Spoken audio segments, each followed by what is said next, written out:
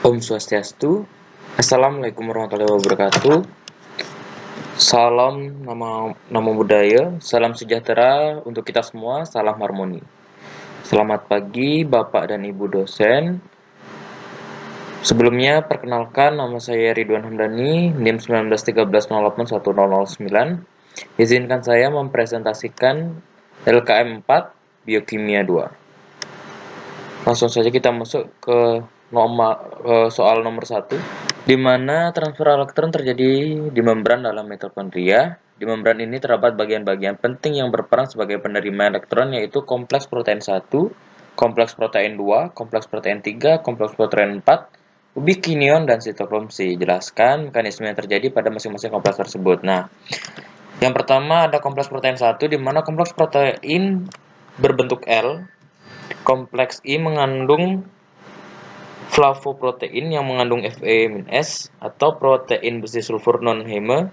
Kemudian kompleks ini mengkatalisis transfer elektron dari NADH ke Ki ubikinion, di mana NADH plus Ki plus 5H plus sama menjadi NAD plus KiH2 plus 4H plus yang menuju ruang antar membran.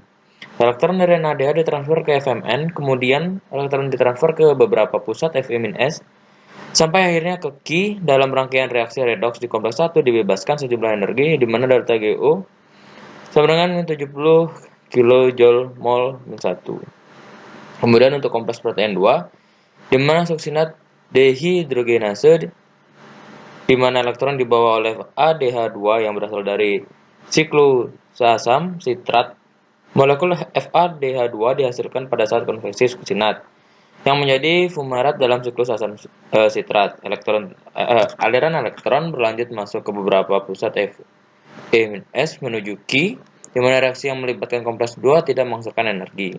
Kemudian untuk kompleks protein 3, di mana Ki sitokrom C oksidoreduktase, elektron ini dari ubikinion dalam bentuk KiH2 yang dialirkan ke sitokrom C melalui kompleks 3, di mana reaksi yang terjadi adalah KiH2 plus 2 sit C yang teroksidasi plus 2H plus menjadi Ki plus 2 sit C yang tereduksi plus 4H plus yang dibawa ke ruang antar membran. Dari reaksi yang melibatkan kompleks 3 dihasilkan 4 proton dan dibebaskan energi delta GO yang menjadikan min 37 kJ mol min 1. Keempat proton dipompakan ke ruang antar membran dengan memanfaatkan energi tersebut. Next. Kemudian untuk kompleks protein 4, tahap air dalam rantai pernafasan, sitokrom C dalam keadaan tereduksi akan dioksidasi oleh kompleks 4. Sitokrom C oksidase secara bersamaan molekul oksigen direduksi menjadi 2 molekul air. Kemudian gugus fosfatik dalam kompleks 4 adalah CuA per CuA, Heme-A dan Heme-A 3 lingkup transfer 4 elektron dari sitokrom C ke O2 melibatkan logam Cu yang terikat pada gugus heme. Elektron ditransfer ke pusat Cu, selanjutnya ke Heme-A, Heme-A3 dan akhirnya ke O2. Dari 8 H+ yang dipindahkan dari matriks 4H+ dipakai untuk membentuk 2 molekul H2O dan 4H+ lainnya dipompakan ke ruang antar membran. Dari reaksi di kompleks 4 dibebaskan energi sebesar delta GO min 110 kJ mol min 1. Kemudian untuk di ubikinion, di mana molekul yang larut dalam lipid di dalam strukturnya mengandung rantai samping isoprenoid, ubikinion dapat berdifusi melewati membran.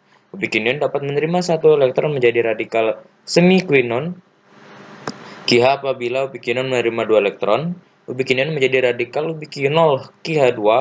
Kemudian ubikinion berada terikat dalam kompleks 1 yang disebut juga NADH min Ki oksidoreduktase. Kemudian untuk sitokrom C merupakan salah satu jenis sitokrom yang merupakan komponen esensial dalam rantai transfer elektron respirasi aerobik, di mana sitokrom C mentransfer elektron dari sitokrom reduktase ke sitokrom oksidase. Selain bertindak sebagai pembawa elektron, sitokrom C juga berpartisipasi dalam apoptosis. Selain itu, ia mengkatalisasi beberapa reaksi redoks seperti hidroksilasi dan oksidasi aromatik dan lain-lain.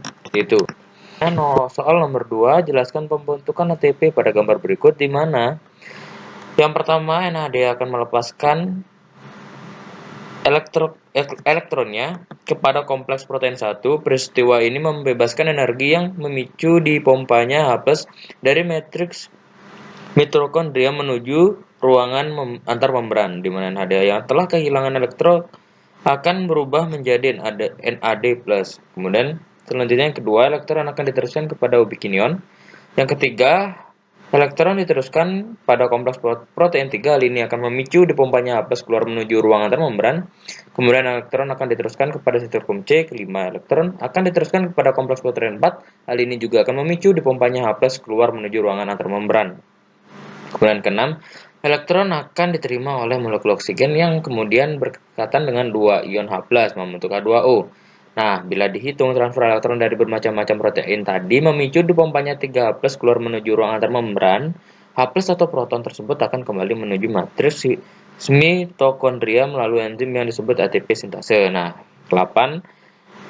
Lewatnya H+ pada ATP sintase akan memicu enzim tersebut membentuk ATP secara bersamaan karena terdapat 3 H+ yang masuk kembali ke dalam matriks, maka terbentuklah 3 molekul ATP. Kemudian yang terakhir, proses pembentukan ATP oleh enzim ATP sintase tersebut dinamakan dengan kemiosmosis, seperti itu. Nah, dan soal nomor 3, proses transfer elektron yang terjadi di dalam matriks mitokondria ke dalam membran atau kompleks protein akan ditransfer lebih jauh ke inner membran mitokondria. Nah, gambarkan dengan lengkap transfer itu dalam mitokondria.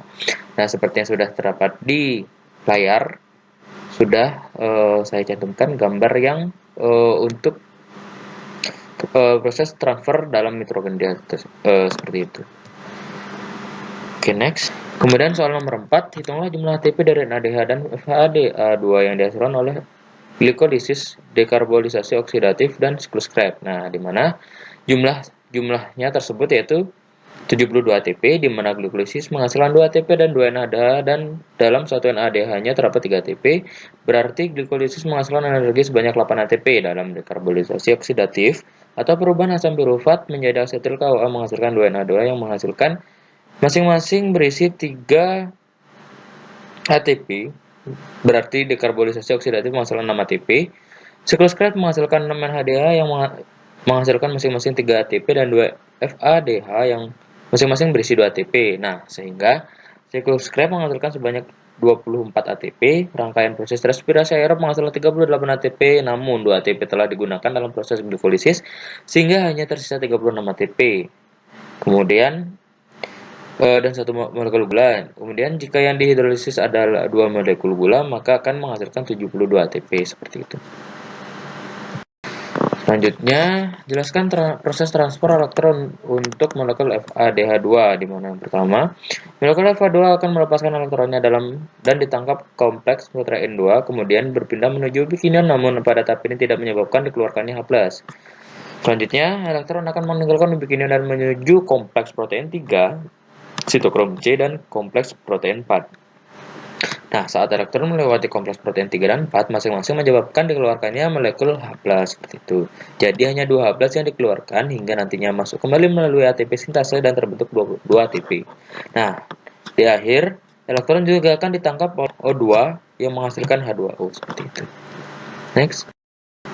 Apa yang dimaksud dengan transfer elektron adalah proses terakhir dari respirasi aerob, di mana akan dihasilkan ATP dari NADH dan FADH2, hasil dari glikolisis, dekarbolisasi oksidatif, dan siklus Krebs. Nah, tahap yang terakhir dari 4 tahapan respirasi aerob yaitu transfer elektron. Proses yang terjadi pada tahapan transfer elektron adalah mengubah senyawa FADH dan FADH2 yang dihasilkan pada 3 tahapan sebelumnya menjadi ATP agar dapat digunakan oleh tubuh, seperti itu.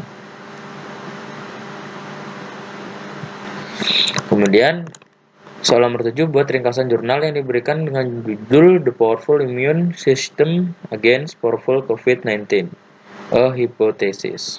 Nah, sejak Desember 2019, dunia telah mengalami wabah penyakit coronavirus 2019.